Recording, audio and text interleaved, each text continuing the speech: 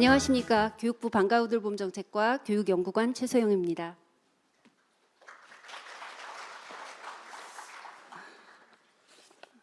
네, 여기 모니터가 있어서. 네, 2023년 늘봄학교 시범운영 추진 경과 및 현황을 보고드리겠습니다. 네, 먼저 추진 배경입니다. 차관보님과 센터장님께서도 많이 말씀하셨지만 우리나라는 초저출생으로 인해 학령 인구가 점차 감소하여 현재 260만 명인 초등학생 수가 10년 뒤에는 145만 명으로 급감하는 등 심각한 인구 감소 위기에 놓여 있습니다. 또한 초등학교 입학 시기를 전후하여 자녀 돌봄 문제로 사직을 하는 등 30, 40대 여성의 경제활동 참가율이 저조한 상황입니다.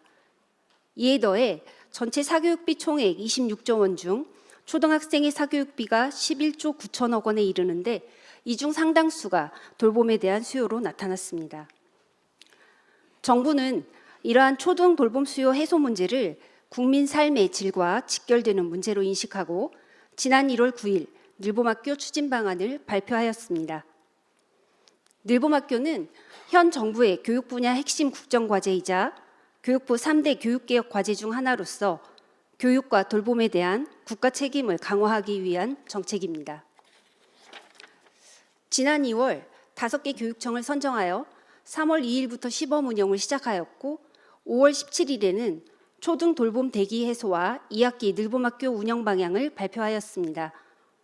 6월 27일 3개 교육청을 추가 선정하여 2학기부터는 8개 교육청에서 시범 운영을 할 예정입니다. 다음 추진 방안을 말씀드리겠습니다. 늘봄학교란 학교 안팎의 다양한 교육 자원을 활용하여 양질의 교육 돌봄을 통합적으로 제공하는 서비스입니다. 아래 도식과 같이 학생들은 희망에 따라 정규 수업 전후로 아침 돌봄, 방과 후 프로그램, 틈새 돌봄, 저녁 돌봄 등 필요한 에듀케어 서비스를 제공받을 수 있습니다. 즉, 학생과 학부모의 다양한 니즈와 수요에 탄력적으로 대응할 수 있도록 맞춤형 돌봄 시스템을 구축하는 것입니다. 상반기 시범운영 주요 추진 내용입니다. 학생들에게 양질의 교육 돌봄 통합 서비스를 제공하기 위해 4가지 핵심 과제를 추진하였습니다. 첫째, 초일 에듀케어 집중 지원으로 입학 직후 초등 돌봄 공백을 해소하고 신입생들의 학교 생활 적응을 지원하였습니다. 둘째, 아침, 틈새, 저녁 돌봄 등 돌봄 유형을 다양화하여 돌봄 수요에 탄력적으로 대응하고 대기 수요를 해소하였습니다. 셋째, 미래형 맞춤형 방과 후 학교 운영으로 체육, 스포츠, 문화예술, 디지털 교육 등 다양한 프로그램을 제공하였습니다. 넷째, 교육청 중심 운영체제를 구축하여 단위학교 업무 경감을 지원하였습니다. 이러한 핵심 과제 추진으로 나타난 성과는 다음과 같습니다. 5개 시범교육청 관내 343개 교 612실에서 초일 에듀케어를 운영하여 희망하는 학생을 100% 수용하고 총 7,733명이 참여하였습니다. 또 214개 학교에 2022년 대비 2023년 방과 후 학교 참여율과 강좌수 변화를 살펴보니 참여율은 39.5%에서 45.5%로 증가하였고 강좌수는 1,536개가 증가하였습니다. 돌봄교실 운영 현황을 조사한 결과 아침 돌봄은 76실에서 1,092명이, 저녁 돌봄은 291실에서 618명이 참여하고 있습니다. 네, 3월 초 15,000명 이상이던 돌봄교실 대기 인원은 6월 말 2,400명으로 크게 줄어 84% 이상 해소하였습니다. 네, 그간 교육부와 한국교육개발원은 늘봄학교 시범 운영이 원활하게 추진될 수 있도록 교육청과 학교 대상 컨설팅 및 현장 방문 점검을 실시하는 등 시범 운영상의 애로사항을 해결하기 위해 노력하였습니다.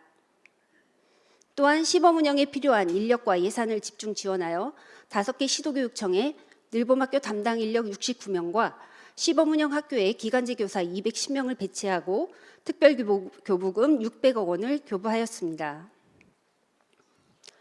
또한 각종 단체, 기관, 대학 등과 업무 협약을 체결하여 늘봄학교 프로그램을 적극 지원하고 있습니다. KB금융그룹은 거점 돌봄센터 시설 구축 및 금융교육 프로그램을 한국야구위원회, 대한축구협회, 대한태권도협회, 한국체대, 용인대 등은 체육예술교육 프로그램 등을 지원하는 데 협력하기로 하였습니다. 늘봄학교의 성공적 추진을 위해서는 아동 돌봄 정책을 추진하고 있는 유관 부처와의 연계 협력이 중요하기 때문에 각 부처별 돌봄 정책 연계를 위한 관계부처 협의체를 구성 운영하고 있습니다. 협의체는 교육부 차관부를 위원장으로 하고 복지부, 여가부, 행안부, 고용노동부, 문체부, 저출산위원회가 참여하고 있습니다. 유관부처 연계 사례로는 문체부의 신나는 주말체육학교와 6070 이야기예술인 사업, 복지부의 노인 일자리 사업, 한국과학창의재단의 디지털 새싹캠프와 교육기부 연계 사업이 있습니다. 올해 새롭게 출범한 늘봄학교가 안정적이고 지속가능한 정책으로 자리매김하기 위해서는 늘봄학교를 제도화하는 것이 무엇보다 중요합니다. 이를 위해 미래교육 돌봄연구회를 발족하여 늘봄학교 제도화 및 발전 방향을 모색하고 있습니다. 연구회에서는 방과후 학교 운영체제 개편, 안정적 인력 운용 방안, 늘봄학교 중심 지역돌봄 연계 등을 논의할 예정입니다. 또 늘봄학교 지원특별법 제정을 추진하여 늘봄학교 전국 확산에 안정적 기반을 마련하고자 합니다. 특별법에는 국가와 지자체의 책무성 강화 및 교육청과 일반 지자체 간 협력 강화, 전담 인력 배치 운영에 관한 사항 등이 포함할 예정입니다. 상반기 늘봄학교 시범 운영 규모가 전국 초등학교의 3%밖에 되지 않기 때문에 늘봄학교 정책에 대해 모르는 분들이 많습니다. 이에 국민들에게 늘봄학교 정책을 알리고 교육공동체 구성원들의 공감대를 형성하기 위해 다양한 언론과 매체를 활용하여 홍보 자료를 제작, 배포하고 있습니다. 특히 이주호 부총리님과 장상윤 차관님께서 언론사 인터뷰와 칼럼, 학교 방문 등 정책 홍보를 위해 현장과 직접 소통하고 계십니다. 대표적인 사례가 식전에 시청하신 필통톡 영상입니다. 이 밖에도 기자들의 정책 이해도를 높이기 위해 기자단 팸투어를 실시하여 대전교육청 늘봄학교를 방문하였고, 지난 7월 3일에는 대통령께서 경기도교육청 늘봄학교를 방문하여 다양한 프로그램을 참관하시고 세계적 수준의 교육과 돌봄을 제공하겠다는 메시지를 전달하였습니다. 2학기에는 상반기 추진과제 외에 방과후 학교 참여율 제고, 지역대학 활성화 사업, 돌봄 대기 수요 해소, 지역사회 연계 협력 강화 사업을 중점적으로 추진할 예정입니다. 1학기 시범교육청을 포함하여 2학기 시범교육청으로 선정된 부산, 충북, 충남교육청이 안정적으로 늘봄학교를 운영할 수 있도록 인력과 예산 지원뿐 아니라 찾아가는 현장 컨설팅 등 필요한 지원을 강화하겠습니다. 늘봄학교 시범 운영에 대한 최종 성과 보고에는 11월 30일부터 12월 3일까지 개최되며 교육기부 박람회와 연계하여 추진할 예정입니다. 이상 늘봄학교 시범 운영 경과 및 현황 보고를 마치겠습니다. 감사합니다.